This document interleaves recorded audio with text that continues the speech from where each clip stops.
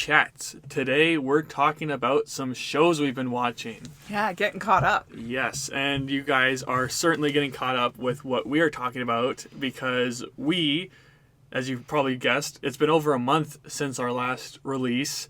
And before that, there was a bit of a gap as well.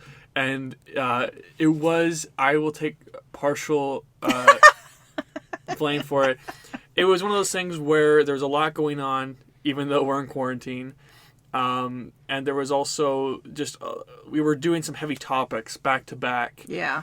And even though we were doing like the chit chat format, it kept coming around to heavier stuff. Yeah. We should introduce ourselves. Well, I'm Corbin. And I'm Sarah. Yes. And this is Chats. But we wanted to really focus on what we were doing some free-formed episodes. And we looked at it, we thought, you know what, we do best when we have set episode ideas and we have stuff to go off of, because we found that we didn't have enough to talk about when we did those free-form ones. Well, I think it's okay to do them from time to time if you've got like a bunch of little stuff that we kind of, want to put together or there's a stream of consciousness with those thoughts. But I like the idea of a specific topic so that people can know what they're in for, right? What to expect. So hopefully, we apologize for the delay, and life's kind of chaotic for everybody, and we can actually talk a little bit. Maybe we'll leave it till the end. We'll do the topic, and then at the end we'll kind of talk about what we've been up to and some little updates in our personal life, and then wrap things up for the segment. That sounds good. So one of the big things that we've been doing is to decompress. Yes. Is to catch up on some streaming. So, we've been streaming a lot, and thank goodness for streaming, because obviously movie theaters, I think, are just now opening, but no one's going to be going to those. No, I won't be anytime soon. So, streaming services like Disney Plus, Netflix have come out with new films and television shows, and one of the ones that we watched it within 2 to 3 days. We dug right through it. Was Down to Earth with Zac Efron. I saw that on Twitter. There was a bit of buzz in a post I was reading, and I thought it looked really interesting. The idea of like Zac Efron's doing like a travel show / consciousness awareness show. Like it was intriguing. So I sent you the link. You sent me the link, and I've heard good things. People like family members and friends, telling me it's amazing, and it's been like less than a week, and they've already binged through it all. So that just shows you how good it was. Yeah.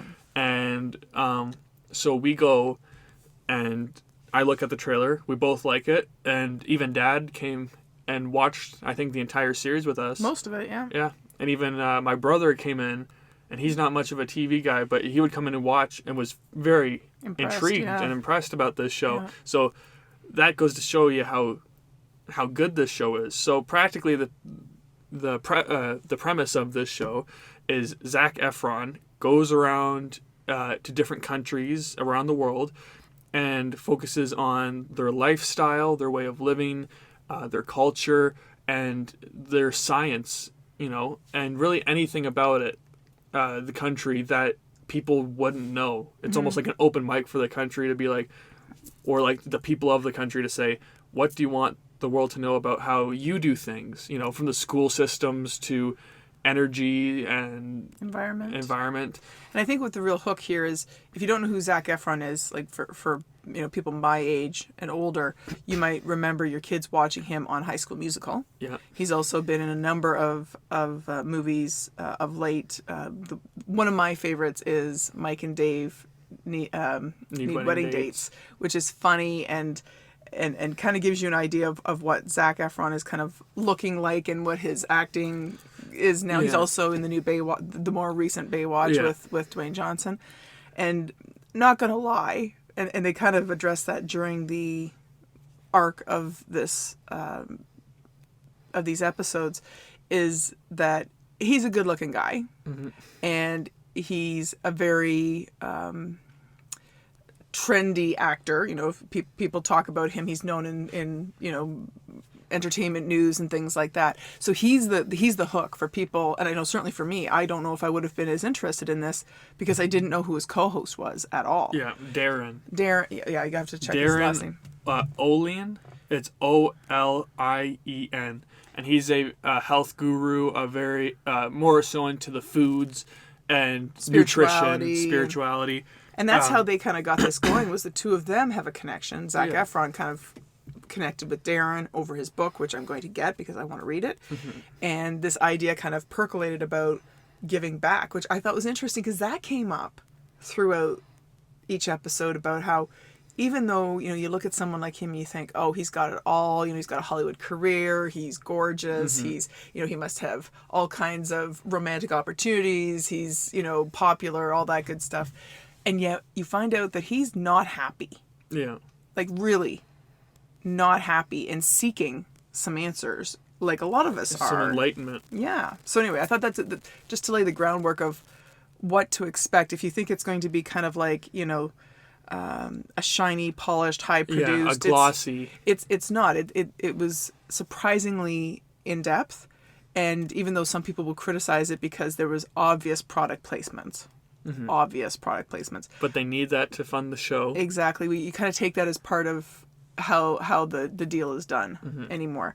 But the filming of it, like the camera angles, the pieces that they chose to leave in, because some of it's very candid, like they're trying to conduct this like documentary style fly on the wall, and yet some of the stuff it's like, well, that's not the most flattering comment, or that's not the he rolls his eyes there, that's not a great thing, but they leave it in, which kind of endeared it to me. So anyway, back to you. No, so it's 8 episodes long. Each episode approximately runs around 40 minutes long, which is almost a great, it's not too long, not too short. It flew by too. It does. Yeah. And each episode goes across to a different country. I want to ask what your favorite episode / country was. Oh. If you could pick one. I know what mine is, but I'm going to say the first one. That's mine as well. Is it yours? Iceland. I think because it was so, it's like, wow. It was a shock. Yeah, like it kind of, it set the table for what to expect. All of them are good. There wasn't one that I'd say was poor. But to sit there and because I know nothing about Iceland, and I feel bad saying that.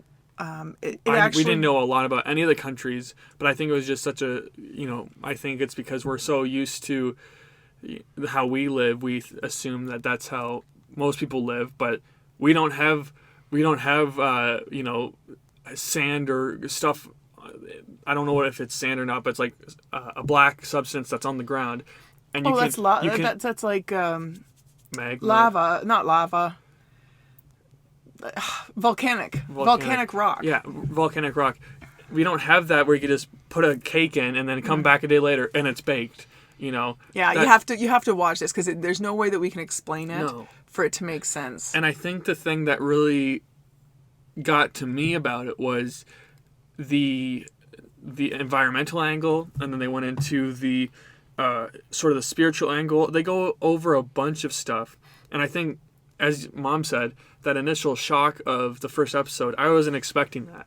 I was expecting a very, made-for-profit show. Okay, say slick. Yeah, a show where they're obviously out to get money. Yeah. Maybe maybe or the countries, vanity project or something, or right? like the countries wanted them to come because it's a great. It makes people want to travel, promote tourism, which it does because on its own, naturally, all the places are beautiful. Mm-hmm. But this is a show where you can tell everyone who's a part of it. It's a small crew, what you see. It's a small crew, obviously a small cast, of people who genuinely want to enlighten people. And, it's kind of like Zac Efron, how he's looking for answers, and they're looking for answers as well.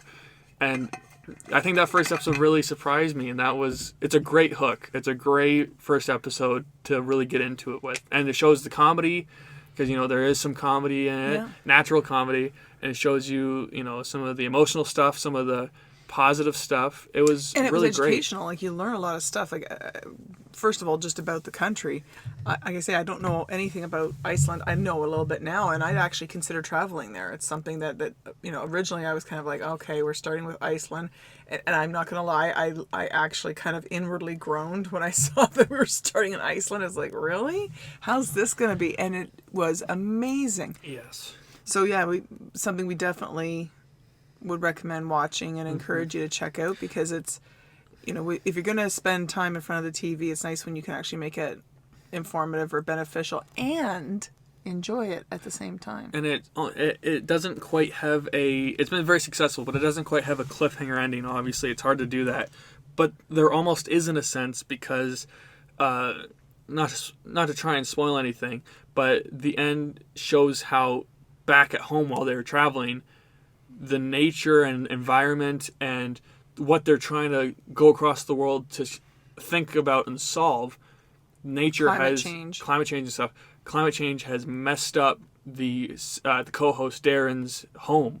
And this is being shot during the time of the California wildfires in 2019. And we were in silence the whole last couple minutes because it's like raw footage from Darren's phone of him walking around where his home used to be. And his response. It's a visceral response that he has. And it immediately cuts to black. And it's one of those things where it's like, what happens now? It's a very interesting show. It's one of those shows where it shouldn't really work, but it really does. And it makes me look at Zac Efron in a whole new way. Absolutely. Because, you can tell that there wasn't a PR team behind the camera, giving him pointers and stuff. He did not have his people around him that at was all him. He was all in, and I think it paid off big time. Yeah, I agree. I think it was a very unique concept, even though I have seen some reviews where it's been criticized, again, mainly for the product placement. Mm-hmm. You see how they pay things. Well, they're using a Visa card. If they stay at a hotel, I think was it a Hilton or a Marriott? I can't remember. I don't remember, but they used... Obviously, it didn't work on me. Travel Advisor. TripAdvisor. Yeah. They used and Samsung phone. They give it a good 1-2 count. Like, it's not just a quick glimpse. It's like, focus in on the logo. And it's every episode. Done. Yes. And like, I'm with you. Like, I'm okay with seeing that because I already make my own informed decisions about where I want to stay or what lender I want to use. If you can tell that they're doing it on purpose, you won't be as influenced. It's better than if at the start of every episode they had Zac Efron stand there, read a script saying, use Visa, we use Visa and all this. Don't do that. It was worked naturally into the show, and it's not like he says, I'm going to use Visa. Yeah. He just pulls it out, they hold on it for a second, then he pays. But you pick up pretty quickly, this is product placement. Yeah, and it's going to happen. Yeah. So I love the idea that you could see growth for both of them. And that's what made it feel more authentic, is that this isn't just about two guys, on a bro trip, preaching to people about conserving water or, any of the topics. It was a very interesting journey with these people to see how they question things themselves, and whether it's something as obvious as Zac Efron saying, hey, I'm kind of over the whole Hollywood lifestyle, and I'm questioning whether or not I want to even continue as an actor. Mm-hmm. And through to exactly what you just said about Darren losing his house. I think it's one thing for someone like him to go out and preach and advocate for these things, but when it happens to him, right? Yeah. It's a whole new level of comprehension. Like, it's not just about saying, hey guys, we're in Puerto Rico, which was another very powerful episode. Mm-hmm. We're in Puerto Rico and we're looking at all these poor people who have blue tarps all over their houses because... Or some of them don't even have their houses. And then it's like, well, that almost has that white savior complex overtone. And then, like you say, when it comes full circle at the end of the series and it's his home, and you see how passionate he is about this. And he was fired up before he got home as well. He was, yes. But when you see it landing, and I think, I'm speaking for you, but for me in particular, like for us watching it, again, it made it relevant where you sit there and go, yeah, it's easy to sit in our comfortable home on our comfy couch and watch these people go through things that we don't think we're ever really going to experience. And then you go, holy shit, it happened to him. Mm-hmm. And we're all talking about the changes in our weather, like things that are evolving or devolving because of climate change. So if you get the chance, and one of the more positive reviews was, this is something you want to watch if you love to travel. Obviously you can't right now. And you can't right now. This is what you want to be watching. And I thought that was actually a very accurate synopsis of this. because it's the places that people who really enjoy local travel, like when I say local, like travel and find out about a place like the locals do. That's the way we've always traveled. This is the show for you. Mm-hmm. This isn't going to be, glitzy and the top 5 places to see in Iceland. It's like, no. This is a deeper dive and a better appreciation and a respect. And like you say, they do things like, funky things like we're going to make a cake in, incredibly hot lava sand or volcanic sand because there's an active volcano nearby and they can actually bake a cake or bake bread or cook eggs in the ground. That's how hot it is. Yeah. It blew our mind. We were gobsmacked when we saw every that. episode we learned something new. The episode where they're in France, they learn about water and different types of water, and it's incredible. It really was. And the process in which they go through to provide free water to everyone. Yeah. Like they're public fountains and the water is just as good. They have apps to show you where those fountains are as well. So there's really no excuse for that sort of stuff. Yeah. But the other thing that I saw before I watched the show was everyone was talking about how Zac Efron is out of shape. He's got a dad bod and finger quotes. This really upset Corbin. He was very disturbed at the idea that Zac Efron was being quote unquote dad shamed. Well, yeah, or body shamed. That's part of what he was saying in the show about wanting to leave Hollywood. It's a toxic place, and Zac Efron, he was in Baywatch. I think that's his most recent film, where he's had a physique, and he says in the show here, he says, I didn't eat carbs for almost over half a year. Yeah, long time. He was. Working out like crazy, depriving himself of water and carbs, and doing things that a regular human being could not do all year, every year. And so now he's traveling around the world. He obviously isn't working out probably as much as he would if he was for a movie. Mm-hmm. He's not eating like he would with a trainer diet, which in the show they almost debunk. Yeah, what a proper diet is. And there's a couple scenes where his shirt's off, and they've taken these articles have taken clips of it, and said he's out of shape. Look at him. That's not true. He looks in great shape. He has a more hairy chest, so you can't see the. He's naturally a hairier man. Yeah, you can't see the definition.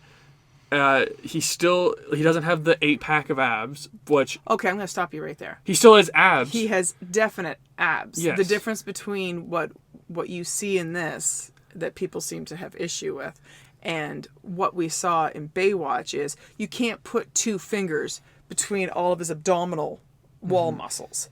So, no, he doesn't look like he's completely chiseled.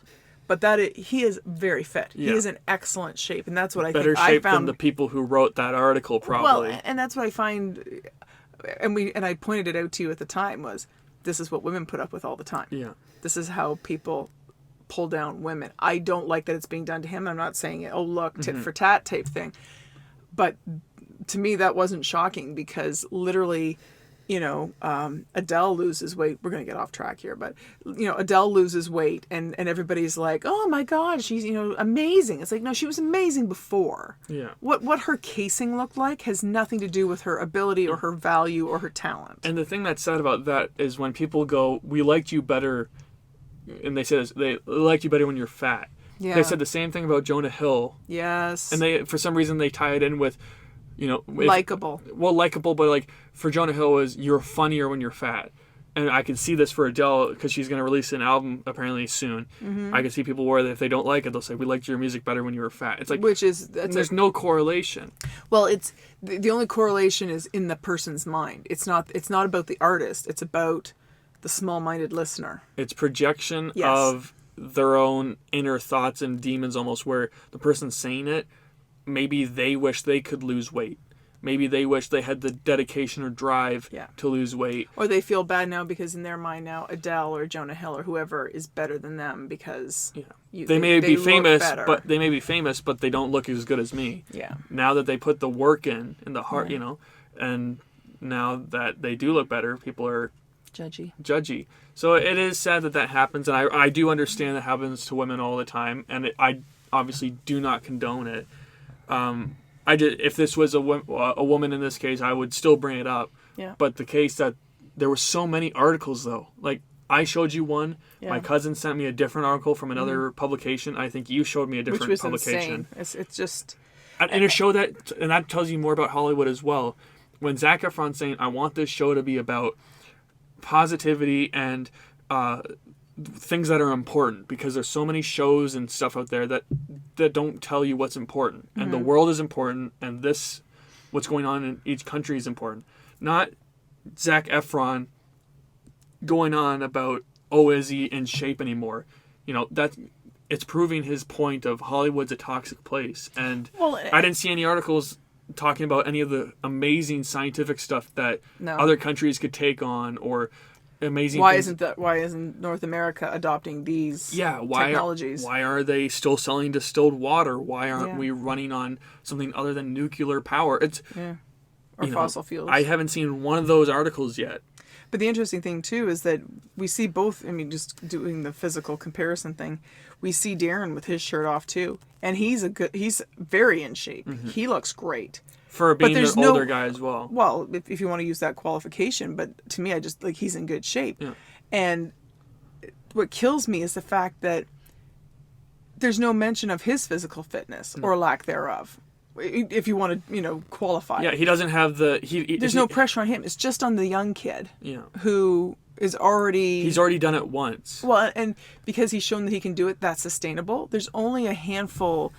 Speaking of men, there's only a handful of men that I know that sustain that kind of physicality. Mm-hmm. And one's Dwayne Johnson, which I don't even know how he does it. And he waxes and wanes from time to time. And that's because he works out 3 times a day, has his own private gym, and has obviously a private chef to cook him all that stuff. Yeah. And that's what I'm saying. On this trip, Zac Efron, it's a tiny crew. They're eating the foods from other countries. They're not, going and getting their own personal chef to make them stuff. Yeah. And he's obviously very busy filming. He's not going to be having time to work out multiple times a day, because for Baywatch, he obviously worked out multiple times a day. Yes. But... yeah, and he said he would never sustain that. He said that at the time. I remember. And he said he didn't want to. He didn't want to. No.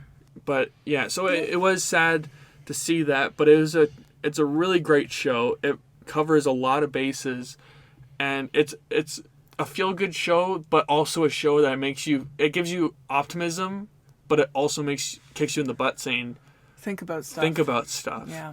What's important. Yeah. So definitely check that out. It's only 8 episodes.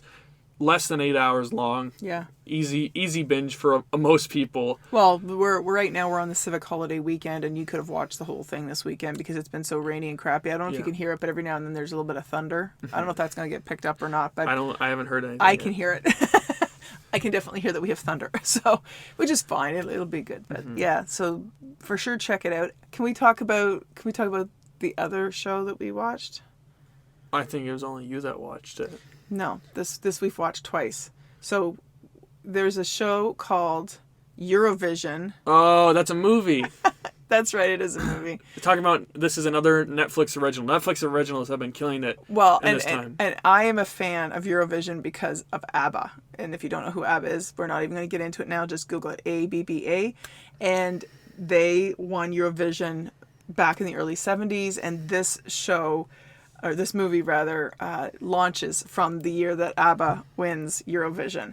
And it has Will Ferrell and Rachel McAdams in it. And it's so ironic because literally we had just finished this series with Zac Efron and you know, the world traveling and of course so impacted by the Iceland episode. Yeah. And it was almost like we were watching this, not heavy, but it was very, very focused show throughout the week, and then it was like Friday or Saturday night we're like, we need something fun and I light. said I got the movie, and so we started watching it, and like I say, Will Ferrell, so enough said, and Rachel McAdams, good Canadian girl, and this movie you gotta watch. It is so cute. It is. We've watched it twice now because it's fun, it's unexpected, it's light, and it's about supposedly 2 Icelandic musicians who beat all the odds and managed to get to Eurovision, which is held in Scotland in that particular year, and what their trials and tribulations. And Corbin is such a fan of the music that he makes me listen to the soundtrack whenever we're driving somewhere. Well, let's not get ahead of ourselves, but shout out to Iceland for the beauty in it, because between the first episode of Down to Earth with Zac Efron and Eurovision, we all said we want to go there. We want to go there someday. It looks beautiful. I mean, it looks cold, but it looks beautiful. Yes, stunning. Yeah. But Eurovision was one of those movies I didn't expect much from. Will Ferrell hasn't had really. He's had two stinkers from the Sherlock Holmes one, and the one called Downhill, where it's like a ski movie with Julia Louis-Dreyfus. Yeah, those are the only two I can think of off the top of my head of like recent Will Ferrell movies, and they've both been stinkers. Yeah. So when he was due for a win. Yeah. So we had heard good things about this movie. We're like, all right, we'll check it out. And the first time we watched it through, it was one of those movies where I was like, it was good, nothing special or anything like that. What it is, what it is. But then I found myself, I'm listening to the music, like unironically, and then I'm listening to, and then the next thing a couple weekends later, we're watching the movie again, and I'm loving it. This movie, I genuinely love it. And when he says the music, like we're not talking about like Academy Award Hamilton or something Grammy like that. Award winning, lyrics and melodies. This is stuff that's just kind of goofy dorky, but it's catchy and yeah.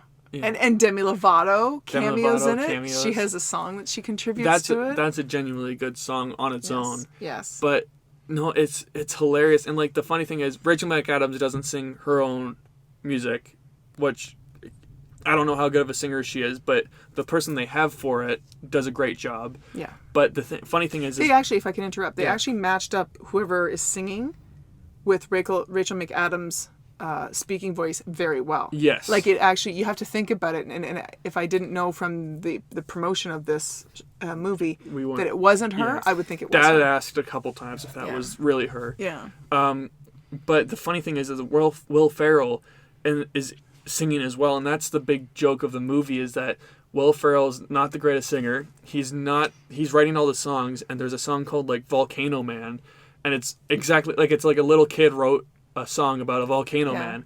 And the thing is, like Rachel, and that's what throughout the whole movie is, Rachel McAdams has so much potential, yet Will Ferrell won't let. He's so blinded by his own ego that he wants to do everything. But it's surprising how good the songs turn out with Will, like how like the silly things they're singing about versus how they sound and stuff like that. But as I said, there are songs, like the other competitors have some songs that sound really good. There's like a huge medley in the middle of the movie that Mom loves. The mashup in the middle, which if you like, it's Waterloo. No, hang on, just hang on. I'm trying to think. If you like, the movie. Oh my God. What do you? She's overloading. Anna Kendrick. Oh, Pitch Perfect. Pitch Perfect. If you like Pitch Perfect, whenever they do their vocal battles, it's like that, only it's not a battle. It's just like everybody comes together and they just mash up and medley, and it's awesome. It's a medley of Waterloo, Do You Believe in Love After Love? Life After Love. Life After Love. And it's like Party Rock something. It's... Yeah. Oh, no, it's Black Eyed Peas, I Got a Feeling. I Got a Feeling. And those three songs, hearing them, hearing the names of them, you don't think they're going to mix. They do a really great job, and they have a bunch of people from different walks of life. Yeah. And it was very inclusive, and it was great to see. I actually wish they'd kind of given those people kind of a moment to sort of because I'm sure those people were the actual singers. Oh, yeah. I would love to know who they were, because I think their music would probably be amazing too. Yeah. So. And it was fun. The one thing that I was worried about upon first watching is there's a Russian man who's in the Eurovision Song Contest, and he's obviously kind of putting a wedge between Will Ferrell and Rachel McAdams. Yeah. And I was really worried that they were going to do a obvious Russian bad guy stereotype. Yes. And they completely switched it around at the end of the movie. Not going to say why. Not going to say why. But it's very good, very timely, and a very well done, well executed twist. Yes. Yeah. And so there is a villain. I'm not going to spoil that either. But it's not him, which was great to see. But all around, watch down to earth with Zac Efron, and then afterwards have a great laugh with Eurovision, because it's just like Pierce Brosnan's in it, and he's in it for a little bit, but what he does is funny as well. And it's a very unexpected role for him. Yes, yeah. Definitely opposite of him and Mamma Mia. Yes, that's for exactly, sure. Yes. But yeah, so we've been watching a lot. We're watching another Netflix original, Dead to Me. Yes. We're not going to talk about much about that because we haven't finished it, but that's another show where, wow, like it grips you. Every episode has a cliffhanger. Or a major twist. And you have to watch it. Yeah, we've been waiting for this one to come back. Yeah, so we're excited. But we're doing more things. Is that everything you wanted to cover for the main part? We'll just do like a little bit. Yeah. Okay. So watch those 3 shows and movies. Yeah. That's our recommendations for right now. Yes. We also got Disney Plus, but haven't jumped into that. Oh no, that's not true. We watched Emperor's New Groove. Mom loves that movie. Oh my I love that movie as well. Pull the lever, Kronk. Yeah. Wrong lever. Yeah. It was definitely worth getting it. Like that movie alone. Yes, and we want to watch Hamilton. We got it for Hamilton because I always wanted to see Hamilton, but. And there's things like that. Sorry about that, everyone. I just smacked the microphone. We've been, things like the Star Wars movies. Mom and Dad haven't seen the new Star Wars movies. We'll watch those eventually. Yeah. But I thought I was gonna watch all the Marvel movies and stuff like that. For the first while, I was watching Wizards of Waverly Place, which is like an old show from like the early 2000s. Have you been watching it that much? You've started to do that already? I almost finished the first season already. And it's one of those Disney shows that I used to love as a kid, and now I'm rewatching it and I'm loving it again. And that's good. It's so old that on our flat screen TV, it's still in the box shape. It's a perfect square with thick ratio sizes on the side. But so we can go into the. Well, we've not just been watching TV for the past obviously month. Not. What do you guys think we're doing? Well, that's all we talk about, so that's maybe what they think we're doing. No, I've been working from home. Lots of big stuff with work that has come up. Good stuff, keeping busy, moving into the fall. And it's interesting how during this time, things have kind of shifted with work for people who work remotely, and the number of people that are probably going to continue working from home remotely. And now that we're moving into another season, because here we are at the beginning of August, now all the planning is for the fall, so September and October. And kind of that feeling of, okay, it's kind of new and different because we're talking about the fall again, but the summer feels like it's gone by so fast. Yeah, it really has. Like, we're into August now, and I feel like months like March, April, May went very slow, and then June, July have just been crazy fast. Yeah. And I've been working from home as well, trying to keep up with.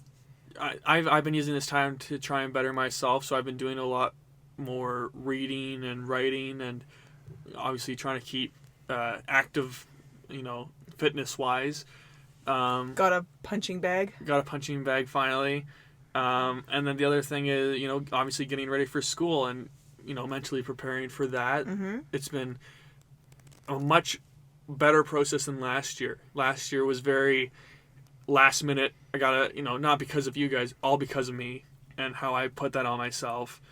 This year's much more, I'm prepared. It's almost like it's like the guys in the 300 movie. It's like, bring on the next wave. We'll kill them all and we'll take on the next wave. Well, and it's been kind of a challenge too, because we're still waiting to hear what's going to happen at your school. And even though we're planning to move you in, we don't know yet whether you'll stay down or not, because the campus is still closed at this point. Yeah, it'll be all online. Yeah. And it stinks because the school I'm going to is very known for their orientation week, because the school is so involved in that. And they want you to feel like it's a community, and you can make tons of friends. Not that they're not going to not do that anymore. However, it will be much different than what it usually looks and feels like. And I think they'll probably do something, even like, whether or not you move in like this September, or if it ends up being January. I have a feeling that they will celebrate, like there'll be some kind of events and activities when things are able to, because that's kind of what they're known for. But so big changes there. Yeah. Got everything paid for, so it's happening. It's happening. But it's certainly been a ride, and it's crazy to me, the people that who are still, not listening to the COVID rules and regulations, because, me and a friend, we're doing the same thing almost, where we're trying to, do new things and self-improvement during this time, because we're never in our lives going to have a time like this again where we can focus on yourself. Where everything's shut down. We can focus on ourselves all day, and it's crazy to think that it goes so by just doing that, and it's sad that these people are trying to live, quote unquote, their regular lives, and they're missing out on a whole new opportunity. But and I find it frustrating when you see how many people, because in our area the numbers are very low. We can go, a couple of days without a new case, which is wonderful. Yeah. But the fact of the matter is, it's still out there. And the fact of the matter is once we hit September, it's going to come back. Yeah. Because of how people move around and with the schools. We know here we're in Ontario, so we know that if you are in elementary school, you are for sure going back. And secondary school, I think that they were it was a hybrid thing where some people are going in and then coming out, and then anyway, arguably voluntary. Yeah, those are just rumors at this point, though. It's complicated, but it's going to be happening. So it's frustrating for me, because and I'm really proud of how our family has handled this, and it's been very hard on everyone. To say that we've taken it really seriously, and this isn't to sound judgy. This is just everybody has to do what's in their comfort zone, and for me, my comfort zone is not just taking care of me and mine. It's also making sure that I am not exposing someone else to something. And I find it frustrating, because I have friends and family and neighbors, and we've got people that are their health is compromised right now, and they're scared because they see things like posts on social media where people are getting together in multiple households. Where they're nervous because they don't think they're safe in the community, because there's still a lot of people that don't want to wear masks even though they're mandated, because you can say that you have a medical reason why, and that's good enough, which I personally, I don't understand this. I mean, if you don't have a nose or a mouth or something like that, I guess there's a reason why you can't wear it, but I'm claustrophobic, very badly claustrophobic, and not that compares to someone with a medical condition, but it's very uncomfortable for me. And yet I don't think about myself at all when it comes to wearing a mask. It's just a fact that if I'm going out, this is what I have to do. I feel more comfortable wearing a mask, and I know that it doesn't help you in any way. Other people need to wear a mask to help you. Yeah. But it reassures you that, you're doing your best. You're doing your part. Yeah. But it's certainly an interesting world out there still, and hopefully, we apologize once again for the hiatus of the podcast, but hopefully this is the start of us continuing to upload every Tuesday as usual. We just had to review and make sure that we were going in the direction we wanted to go into, and give you guys quality content, because we don't want to make it a waste of your time. No. And we don't want to waste our time if people aren't going to listen. So. And we want to make it a decent time, what is this? We're almost 40 minutes in. Yeah. And we want to give, we don't want to give 10-minute podcasts. We want to give a good amount of time. So thank you for sticking it out. Thank you for staying with us. And if for any other reason, and I'm going to make Corbin promise to this too, if for any other reason in the future that we have a break, we'll let you know. Yes. Not to expect an episode, because that's not fair for people, especially on our Facebook, to say, hey, suddenly we're gone for a couple of weeks. And we discussed it. This wasn't... We had ongoing conversations about, what we wanted to do or how we felt about the podcast and what direction it should go in. And so it's kind of come full circle. We still like the flexibility of our focus and the fact that we can talk about anything. We just didn't want to spend, the last 4 weeks talking about, negative politics or, negative... Coronavirus. Just...